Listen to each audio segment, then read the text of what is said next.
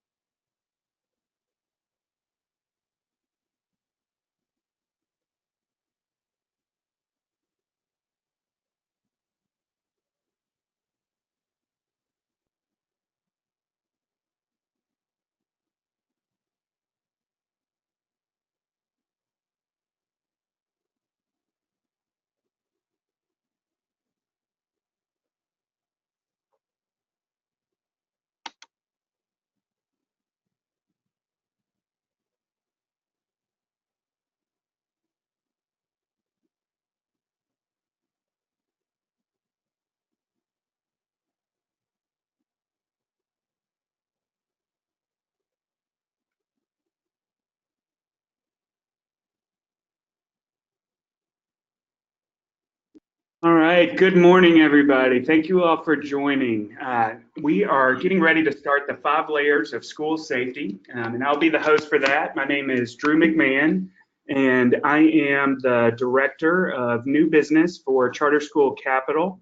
And before we dive into this extremely important topic, I wanted to take just a moment to introduce Charter School Capital, who we are and what we do. So if you haven't had the privilege of working with us before, we are a niche financial group that partners solely with charter schools all across the country. We've been in business for about 10 years now, and started out primarily working with charters in California. And since that time, we've been able to partner with over 600 charters serving over 800,000 students across the country. And to date, we've put over $1.6 billion into the market, both through our working capital program where schools can access funding and use it for basically anything that they need, as well as our facility financing program. Now, we're gonna dive into our topic because I know that our presenter, Gary, has a number of different topics to go over. But before we do, I just wanted to say this is a topic that I'm really happy that we are able to bring to the forefront as we try to in all the webinars that we are doing for thought leadership. This is one that has touched me as well because prior to joining with Charter School Capital, I spent about a decade working with students that were in danger of expulsion, also students that were suffering from different psychological issues, home issues, all types of things. And from that, jumped over and started working with schools as a literacy consultant in schools that were struggling with bringing their grades up to par. And in doing all of that and working closely with the students, one thing that I saw was that for many students, school was actually the only safe place that they had. Home lives were rough. They would come in and try to focus on actually the education and moving forward through the grades, but that was definitely difficult whenever they went home, and depending on the environment at school, that could be difficult as well. So I'm really happy to be here today and to have spent the last month working with our presenter, Gary Sigrist, as Gary is definitely an expert in the field. Gary has a unique experience, as he started out as an 8th grade science teacher and was able to do that for the first 20 years of his career. And from that moved over to being a police officer for the next 20 years of his career.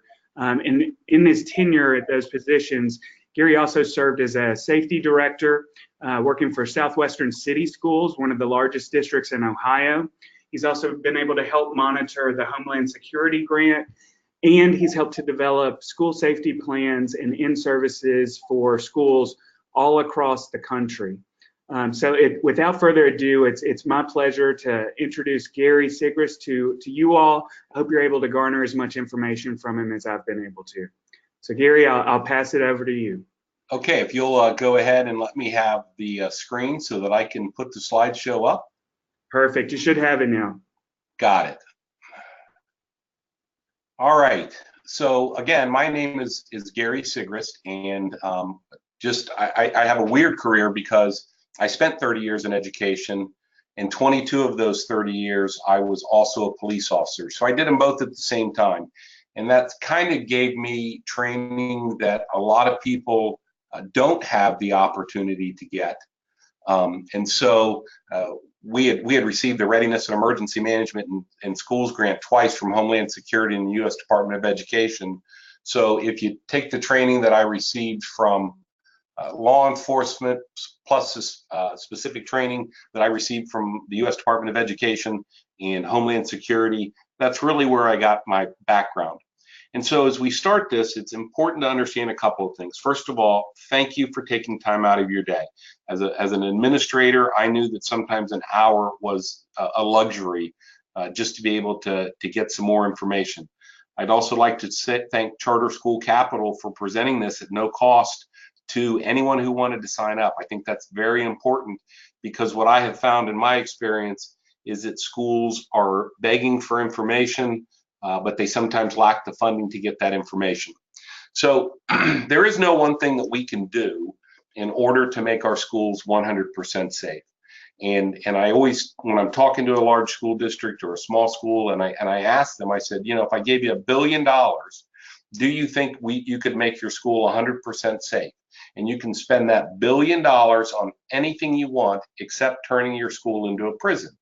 And I always compare a school to a castle instead of a prison, because both a castle and a prison are fortified to protect the people inside, but everybody wants to go to a castle and nobody wants to go to the prison. So we have to strike that balance. And in reality, if we do all of these things, we're still only going to be about 80% effective. We can't prevent everything from happening. And I know there's a lot of people out there that are saying, it's not if this will happen to your school, this is when this happens to your school. And I say that's nonsense, because yes, just because it could happen at your school doesn't mean it has to happen. So by putting in layers of protection, you are going to reduce the possibility of something like this happening at your school.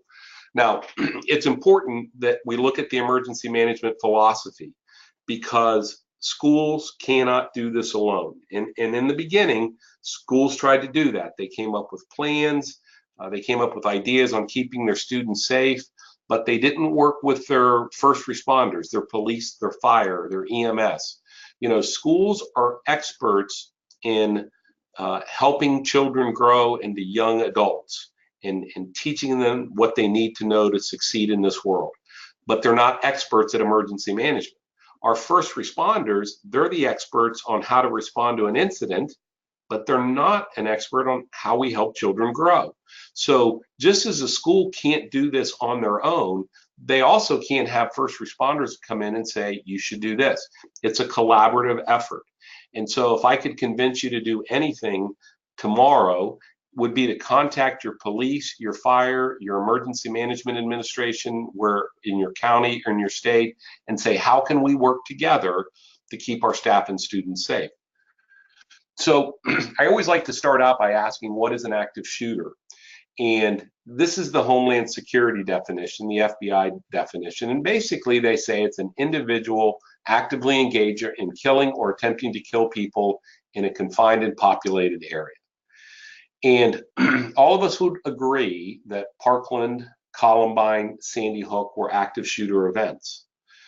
But if we also look at some other events that happen in our schools in which people are killed, San Bernardino, California, a couple years ago, where the estranged husband came into the building, shot and killed his wife, a student in the classroom and himself, or for example, a gang shooting in a school, those by definition aren't active shooter events. So why is it important to understand what an active shooter event is, what a targeted act of violence is, what a domestic violence is? It's because all of them, you need to have a different prevention strategy. So if the only thing you prevent and we're trying to prevent was an active shooter, well, what about these two other types, the targeted act of violence or domestic violence? So it has to be what Homeland Security and the U.S. Department of Education calls as a multi-hazard or an all-hazard approach to school safety. And the question that people always ask me, are schools safe? And the answer is yes, schools are safe. If we look, and this came from Safe Havens International, these statistics, and they do a lot of great research. And what we find out that active shooter events, they're very high impact, but they're low probability. And if I could have everybody raise their hand and ask, how many of you have had an active shooter at your school? By definition, by Homeland Security, you probably wouldn't be raising your hand. But if I asked you, how many of you have had a student or a staff member pass away suddenly? How many of you have had a drunk parent at a parent-teacher conference? We would see more hands go up. And so where we're making our mistake is we're putting all our time and energy into an event that is unlikely to occur, and we're not preparing our staff members for things that are more likely to occur. And again, this doesn't take in anything past Sandy Hook. But if you'll notice, the majority of people that were killed were in 3 active shooter events. Now, obviously, we can add Parkland to this because of the number who were killed there, but most of these are very rare and unique conditions or circumstances that happen. And so if we go around telling people that schools are unsafe, and right now 2/3 of all parents believe that schools are unsafe, and it's not based on facts or any real information that they may have. In fact, if we look at the exact same period of time, we find that more students were killed in transportation incidents than in active shooter events. So again, that's why we work on this all hazards, this multi-hazard plans, so we just don't focus on the active shooter. If someone comes into your school and says, look, I will train all of your staff for an active shooter event and they'll be prepared just for an active shooter event, then most likely they will not only fail at the active shooter event, but they're going to fail in the events that are more likely to occur in your school.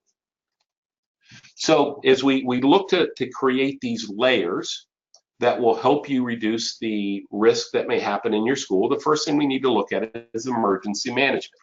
And some of you are quite familiar with this. This is what Homeland Security says, 4 phases of emergency management: prevention and mitigation. We can't prevent a hurricane from hitting our school, but we can mitigate the effect of that hurricane. We can prevent a large number of shooting events or targeted acts of violence on our campus.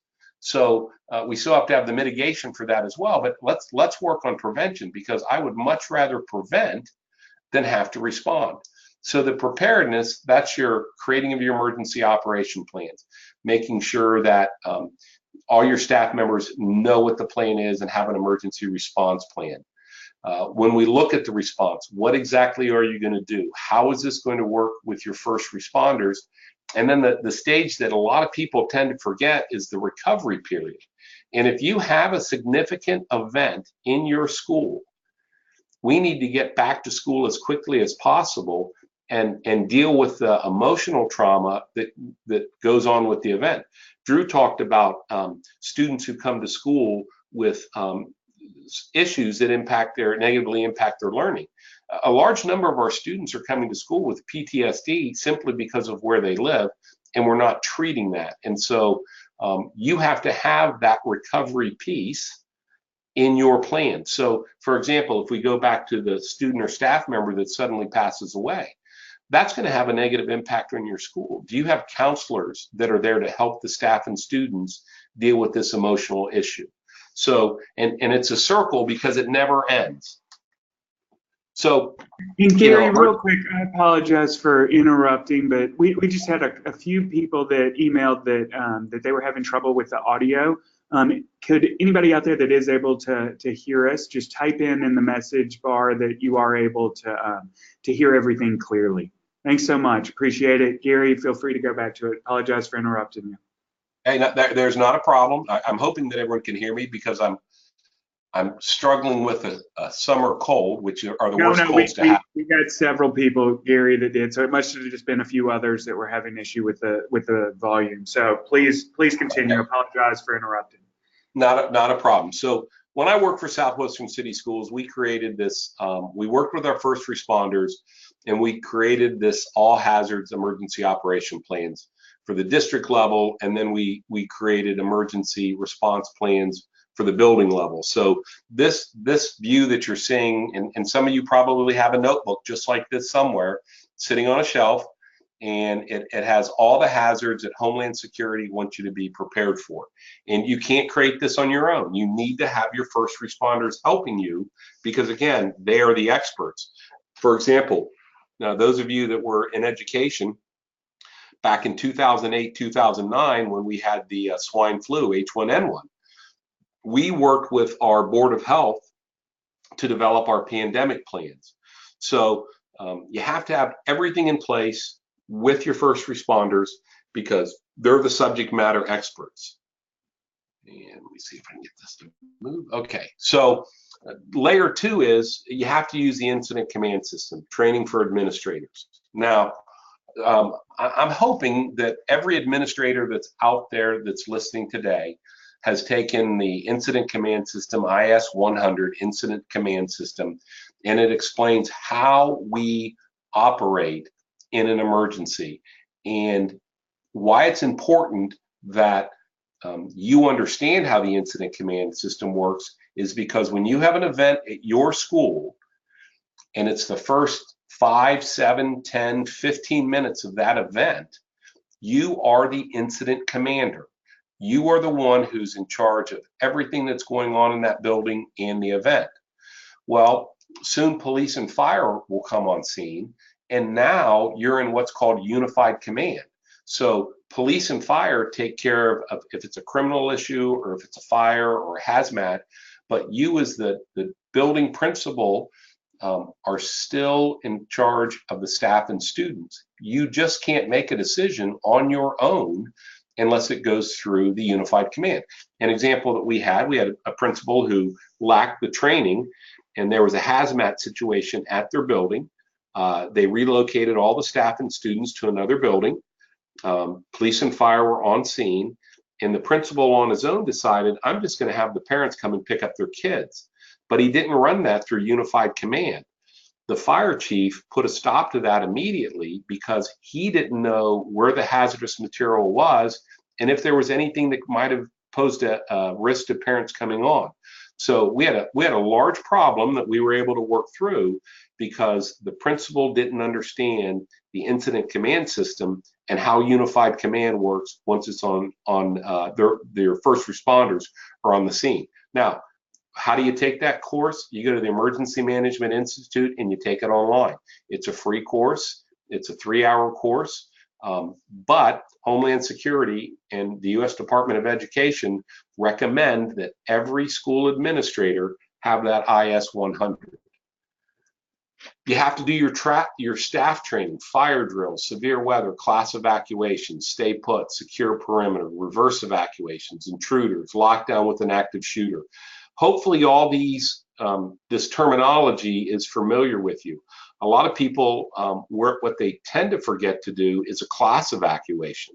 And in a class evacuation, we're going to have to make sure that we get students out of just one classroom. Maybe it's a medical emergency, maybe it's a fight that's going on, so we need to get the students out. We have to make sure we train our staff for the events that are most likely to occur.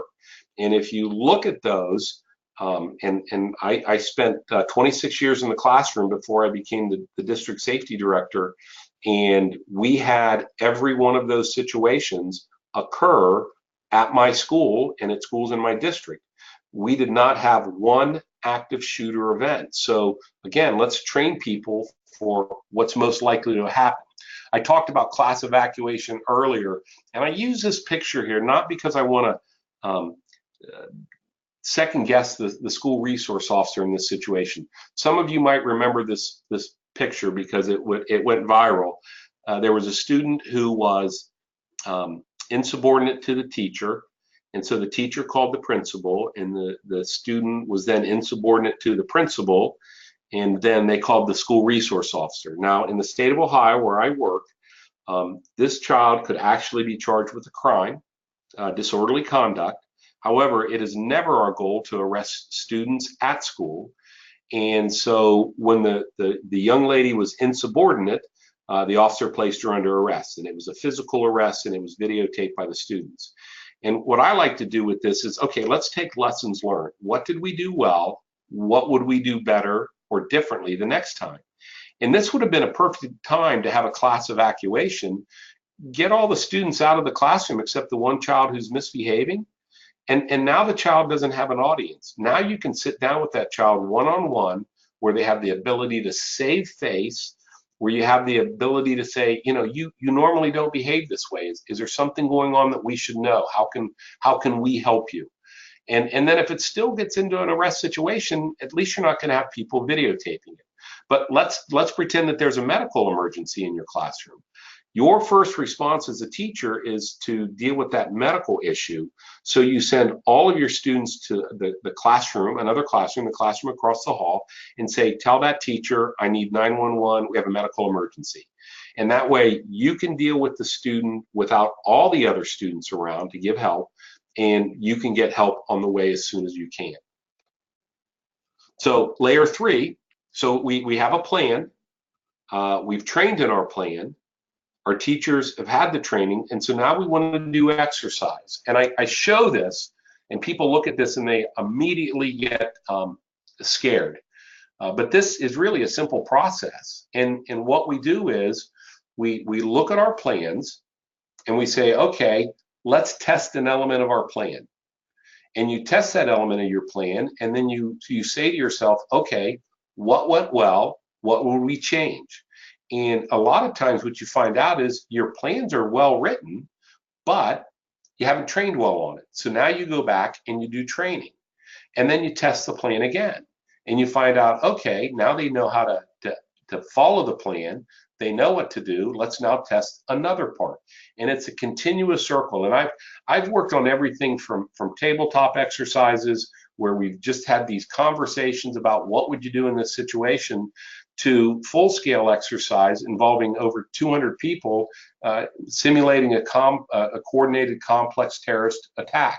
And they all follow this same procedure, and we're testing our plans, we're testing our training to see if we're getting the desired outcomes. And those of us that are educators, and we all are here, well, that kind of sounds like what we do with our students. We teach them something, and then we test them to see if we covered the objectives. And it's a building block. And this here would be considered a seminar. We're just kind of learning about things. And then you could attend workshops that would teach you how to build exercises. And tabletops are what most people start with. They're very simple. They usually last less than 3 hours, and you're just testing one component of your plans. Now, I had a college that contacted me because they wanted to do an exercise. They had never done a seminar. They had never done a workshop. They had never done a tabletop. They just jumped right to a full-scale exercise, and what they wanted to simulate was a student killing students on campus and then going to another classroom and taking hostages.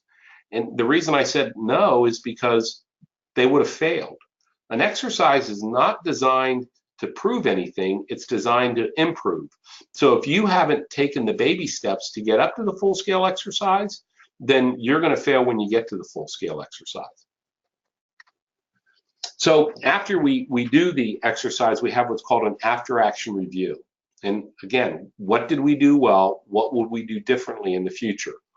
I have some people that they seem to have my number on speed dial, and whenever an incident happens at their school, they call me up. And I had one happen this year where the principal called me up and said there was a gun in our school.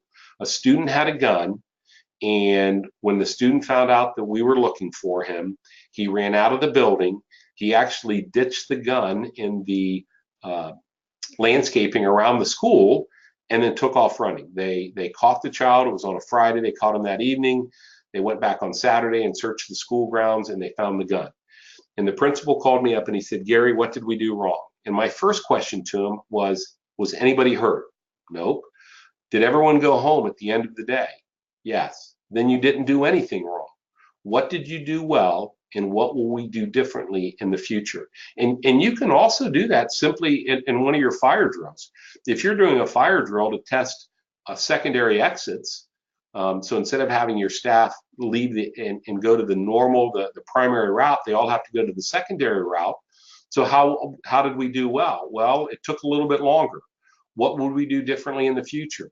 In the future, we're going to put more of an emphasis on finding our secondary routes so that we don't do the same thing over and over again.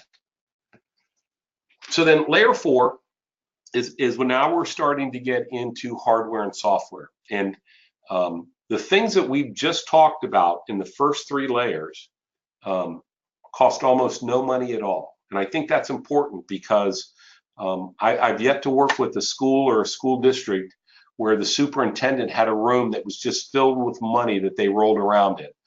Money is very tight, and we have to make sure that we're spending our money wisely. And so, here are some things that we're seeing right now.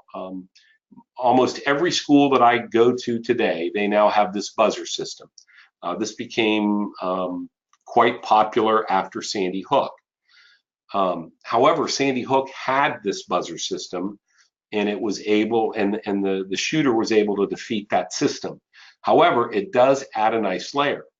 If you look at the third picture to the right, where you see the glass to the door, and it's shattered, but it's not broken, you can put films over existing windows that cost $8 to $10 a square foot.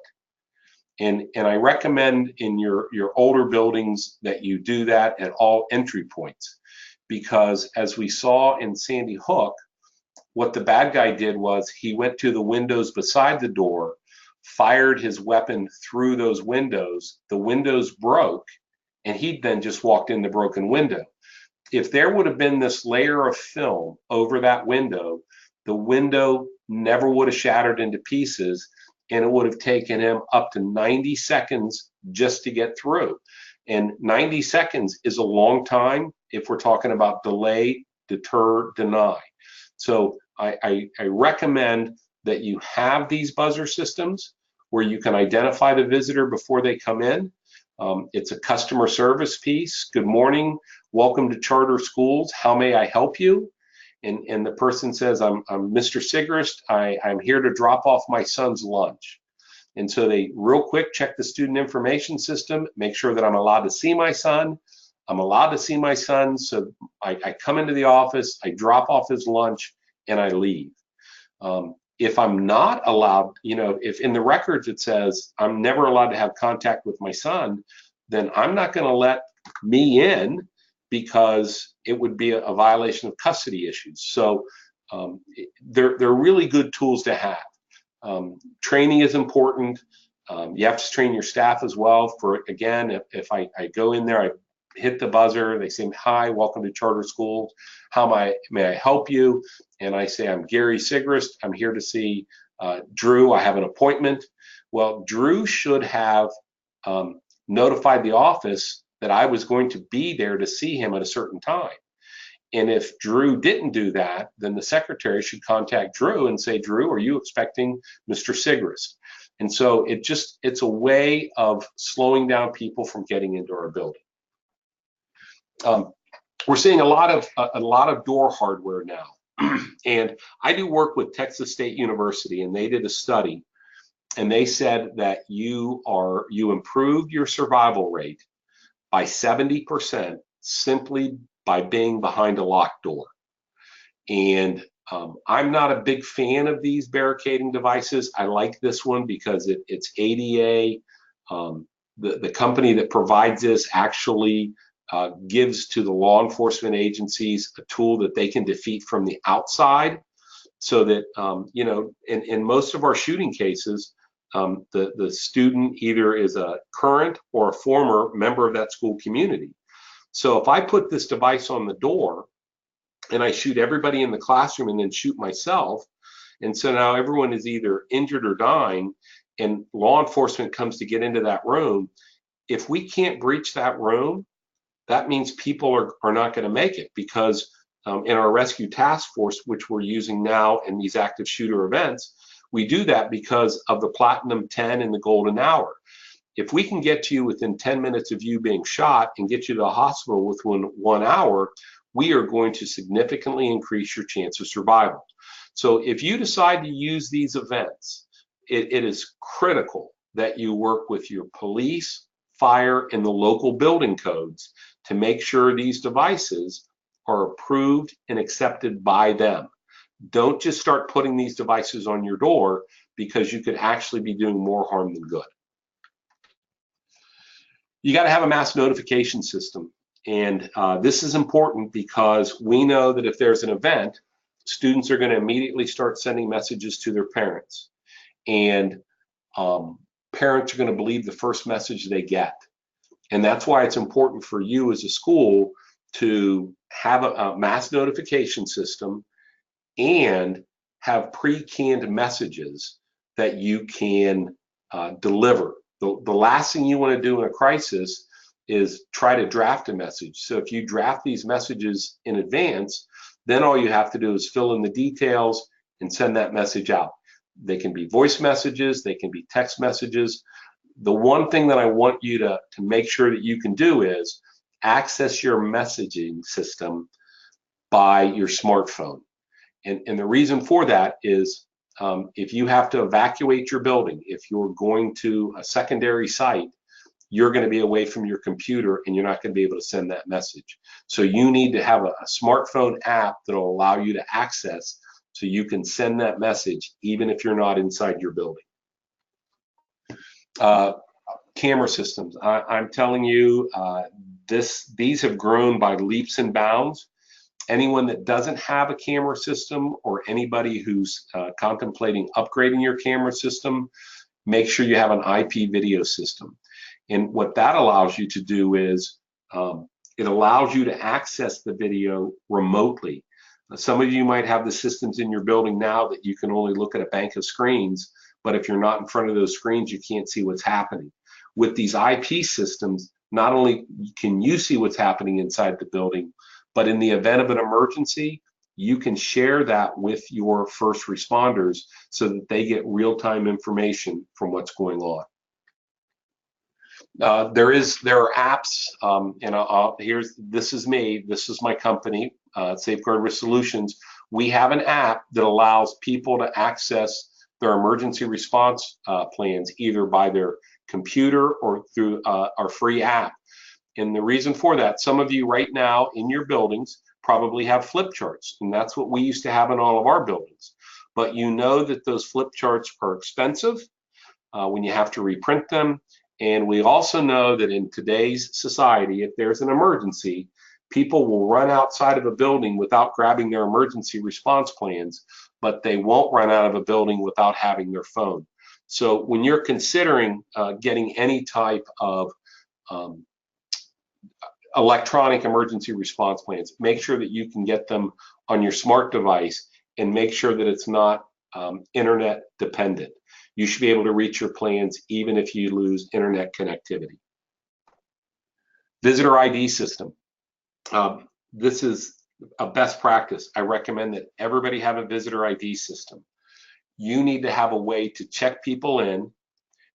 You have to have a way of accounting for everybody that's in your building, so that if there is a fire, you can account for everybody that was in the building. So for example, in my earlier talk about being buzzed in, I had a meeting with Drew, so I'm allowed into the office. I sign into the visitor ID system, and now there's a fire drill.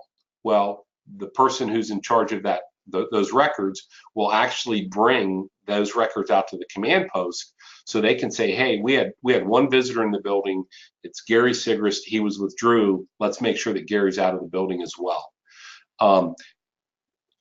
Your visitor ID system should log everybody every time they come into the building, even if they're just coming in there in my earlier example, to drop off a lunch. Let's make sure we know who was in our building and for what reason. There are a lot of systems out there. The one thing that I caution you on is there are some companies that tout their tie-in to the National Sex Offenders Database. And I have known schools that have gotten rid of their visitor ID system because there were too many false positives. So a parent comes in, you run their driver's license through the system, and all of a sudden it pops up that they're a sex offender. And it turns out they just have the same name of another sex offender. And so in Ohio, and I'm not sure what it's like in your state, in Ohio, if you're a Tier 3 registered sex offender, you are not allowed to live 1,000 feet from with the school building. However, that doesn't mean you're not allowed to be in that school. For example, if you're a sex offender and a school is your voting poll, is where you vote, then you're allowed to be in that building even if you're a sex offender. If you are a parent who is a sex offender, you're still allowed to visit your child at that school. So don't get too hung up on that part of always needing to run people through the sex offender registry. Now, I know for some people you say, well, wait a minute, what if I do have a sex offender in my building? Okay, that person's going to be accompanied by an adult at all times, so that you know where they are. So again, have a visitor ID system so you can track people in your building, who comes in your building, and who was in your building during an emergency. And now we're going to go to layer 5. And to me, this is the most important layer, and it costs nothing, okay? A positive school culture. So whenever there's a school shooting or some kind of violence, people are always saying, we need to do this, we need to do this, we need to do that. And so many times, in fact, in the after action report from Sandy Hook, one of their issues was that people were asking for things to happen in schools that were either unsafe, unproven, or expensive. So what we need to do is we need to take a look and step back and take a look at some of the things that we can actually do that'll work. And the first thing is our school threat assessment teams. And Drew and I have talked, and if enough people are interested, we could do another one of these webinars solely on threat assessments. In 2002, after Columbine, the Secret Service released the Secret Service Safe School Initiative, and they said if you use threat assessments, you can effectively prevent targeted acts of violence, active school shootings, by using the exact same method that the Secret Service uses to protect our president. And so, who has the authority to conduct a threat assessment? Well, generally it's the building administrator. You want to have more than just one person. You need to be able to have these relationships and partnerships with your law enforcement and mental health, so that if somebody is on a pathway to violence or a pathway to justification, you can get them the help.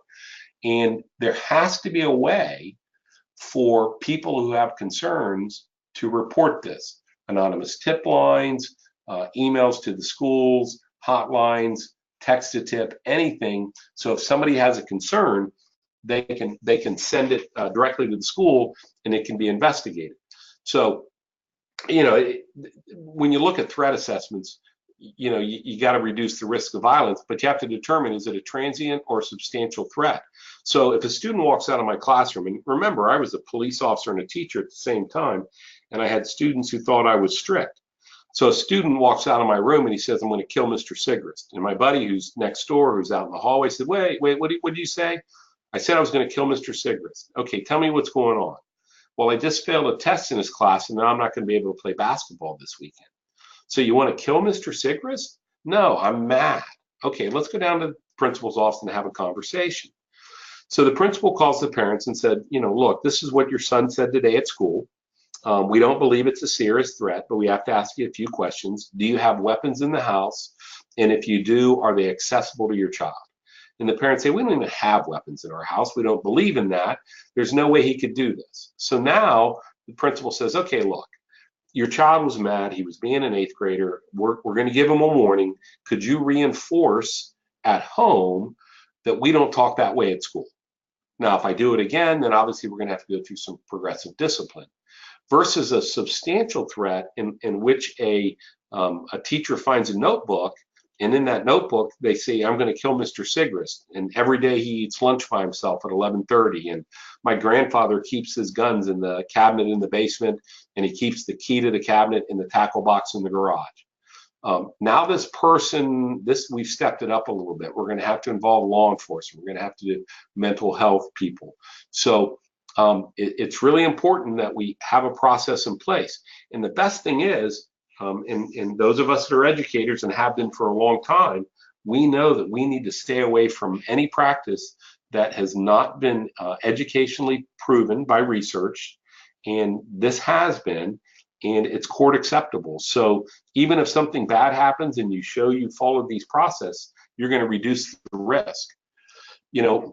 Some of the things that we find out is that, in 81% of the time, one person knew about the attack, and 59% more than one person. We had students that would, in shooting events, that have told classmates, don't come to school tomorrow.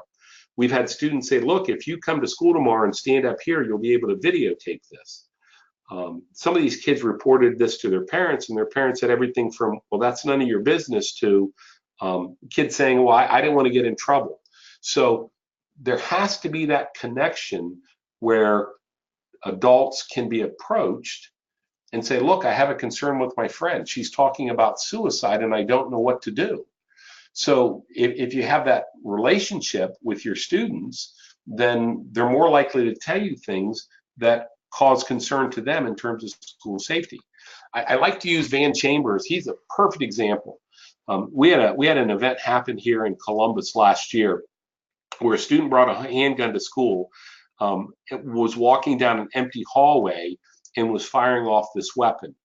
Chambers knew who the shooter was. He had worked with the students, helped him get a new cell phone, had a relationship with that student, came up to him and said, stop, I want to help you, but I can't help you unless you give me the gun.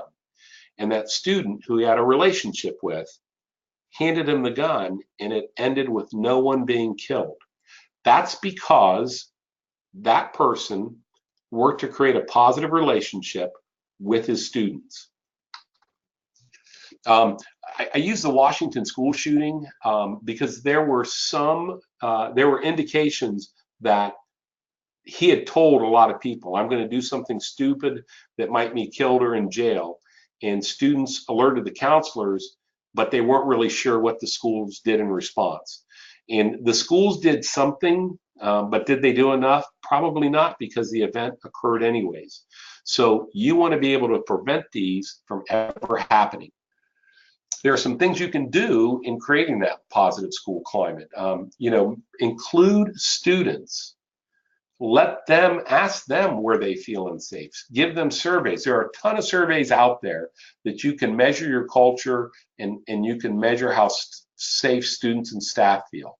You got to teach de-escalations. You've got to peer mediation, train staff on bullying and their behavior. And a couple things I want to say about bullying.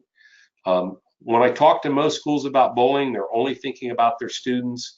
But I can tell you, as someone who's been in education for 30 years, we have staff members who are bullies, and we have to address that behavior. People will say, well, the reason that there was a school shooting is because the shooter was bullied, and that's not true. The shooters at Columbine's, they were bullies. So how does bullying fit into this positive school climate? We could talk for a couple hours on this, but if I just kind of drill it down, if you have bullying in your school, it's a sign of a toxic environment. In other words, you have a place where students aren't going to feel engaged, where they don't feel that they belong. And so it's easy for them to get on this path of justification where, because you did this to me, I am now allowed to do this to you. And so that's why we need to make sure that we have a bully-free campus so that our students stay engaged. This white paper that this presentation was based on was co-authored with me by Dr. Scott Poland. And he gave this great exercise to do. It's a floor plan exercise. And what you do is you give your students a map of their school. And in that map, you include things like the bus stop. You include the bus itself. You include social media. And you ask the students and staff to say, okay, we want you to mark on this map where and when you feel unsafe. Now, as a building administrator, you might find out that fourth period, a lot of students said fourth period in the back hallway, students feel unsafe. And when you investigate that, you find out there's no teachers back there. So now we can move our staff around. The other thing that you can do is you can flip this exercise and you can tell the students to fill this out. Where do you feel the most safe? And then you're going to find the teachers on that map who are working to engage their students and are creating a positive school environment.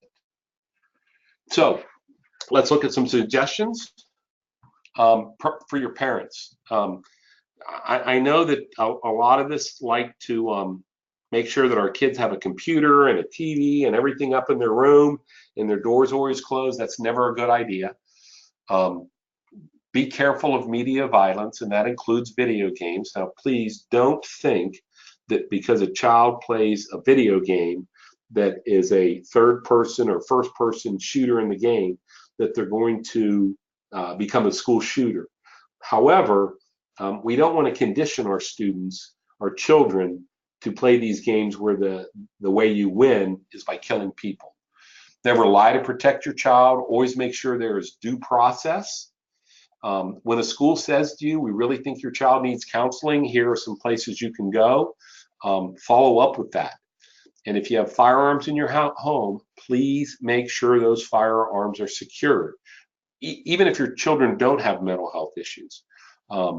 You know, when my kids were growing up, I was a police officer and I had a locked cabinet. And every time I came home from work, I took my firearm and I secured it in that cabinet, and I kept the key in a place where I was pretty sure they couldn't find it. I am not opposed to gun ownership. I'm 100% for responsible gun ownership, and that means keeping your weapon secured. If you look at the Sandy Hook shooter, this child was known, this young adult was known for mental health issues, and not only did his mother purchase some firearms, she didn't keep the firearms secured. And in this case here, had she kept those firearms secured, it possibly could have prevented Sandy Hook from happening. Recognize that anyone can stop a school shooting, and that you can stop a school shooting by attacking the shooter. You can stop a school shooting by see something, say something, do something. Kids will sometimes rehearse their attacks. Look for that. Does a child try to bring a knife to school to see if they can get away with it?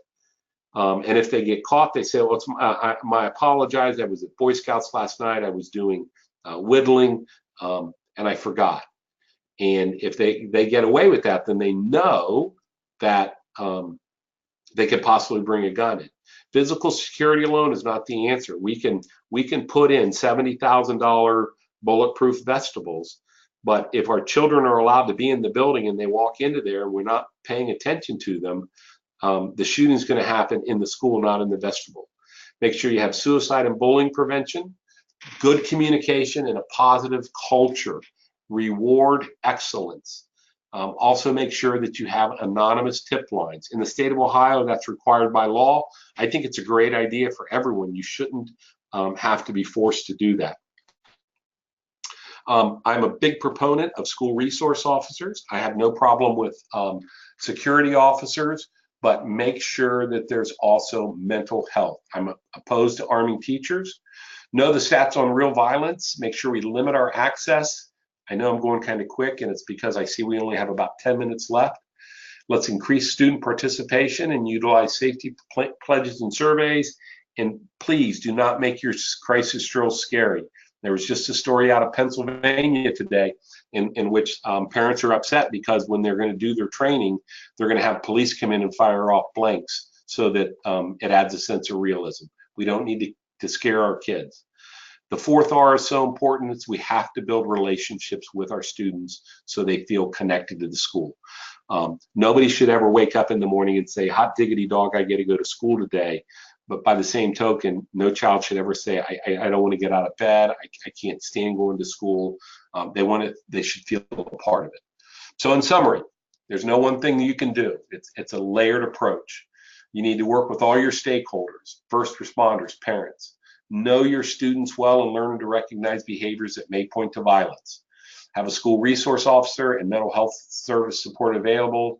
And above all, a positive school culture is as important as your safety plan.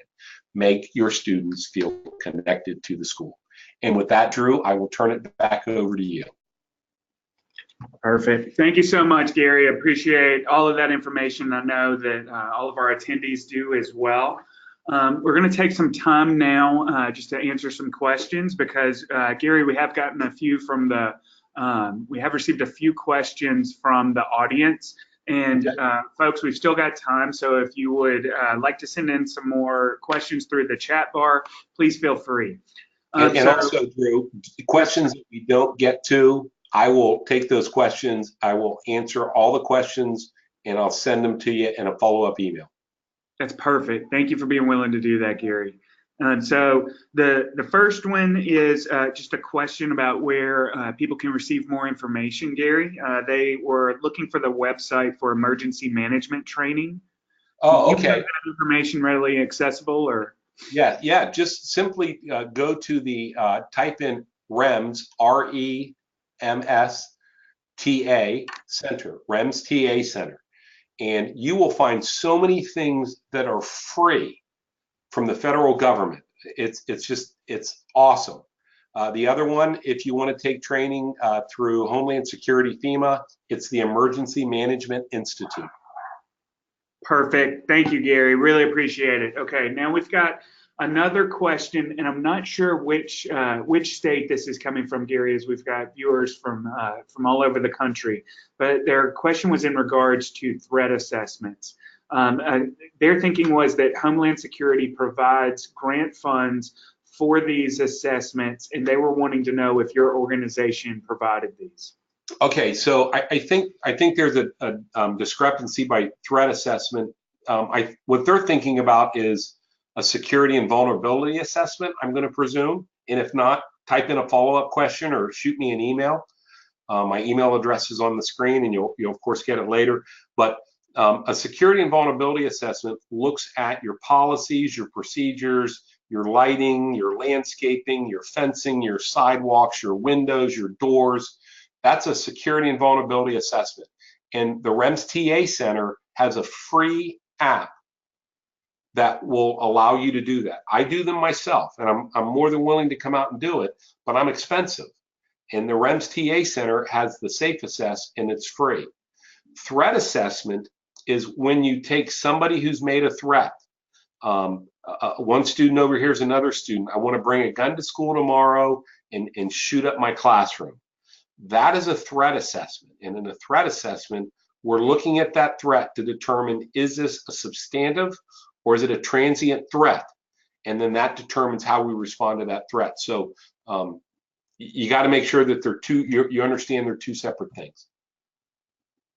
Perfect. Thank you, Gary. And we've got an extremely active audience, and we've gotten a few more questions for you. So the next question is something I know that my team deals with regularly as far as receiving questions from charters, and that is, how do you typically recommend that charter schools deal with violence that occurs in the area around the charter school? This was coming from a person who has a number of charter schools, and some are in more difficult neighborhoods than others. So how would you respond to that? Okay, so that's a great tie into the last question. When you do a security and vulnerability assessment, you actually look at the neighborhood around the schools and you identify what threats you see in the neighborhood, and then you take actions to prevent or mitigate those threats that may come to your school. Working with first responders is huge. Your schools are a microcosm of your community. So if you have drugs in your community, you're going to have drugs in your school. If you have arson in your community, you're going to have arson in your school. So by working with first responders, you're able to identify those risks and then put plans in place to reduce your risk at school. That's perfect. I appreciate it, Gary. Appreciate it. We've got another good question from the audience here, and that is essentially, where does the school safety responsibility, what positions do you typically see that going to as far as the positions in the charter school? Who usually holds the reins for that? It depends on how large your charter school is. I do work with charter schools, and it's a one charter school building, and it falls under the direction of the building administrator. If they have more administrators, they can hand that off to somebody else. It can be a handful when you're first starting, because if you don't have an emergency operation plan, if you don't have an emergency response plan, if you haven't done a security and vulnerability assessment, that's a lot of work. But then once you have that all in place, then you're only really worried about training and exercise. So it becomes a little bit less of a time-consuming event. Okay, perfect. Thank you for that, Gary. And as Gary stated earlier, he is definitely available for questions. If anybody has any that arise after the webinar, feel free to email Gary. You should be able to see all of his contact information there. You can also feel free to email me, Drew McMahon, if you have any questions kind of about how charter school capital can fit into all of this. I know that I touched on it earlier, that we've worked with hundreds of schools all across the country, and several of those schools have been able to use our funding to purchase different security initiatives, ranging from security cameras to SROs, and also to purchase some of those bullet-resistant screens that Gary was talking about earlier. So feel free to direct any questions to me about that type of funding, and I'll make sure I get you in touch with the correct people. But want to thank Gary again for this presentation. It's been wonderful, Gary. Really appreciate it. I know that we've had a ton of people that have, basically everybody that signed up and signed on has stayed on the entire time. So really appreciative to all those administrators out there that took the hour out of their day. And just so that everyone knows, at the end of this webinar, we'll be sending out some free white paper that Gary has graciously provided on the 5 layers of school safety. And you'll also be receiving a copy of the slides that Gary went over today, in case you'd like to revisit those. So just want to thank everybody today for joining us. And like I said, if you all have any questions, please feel free to reach out to Gary or I. Thanks so much. Thank you very much.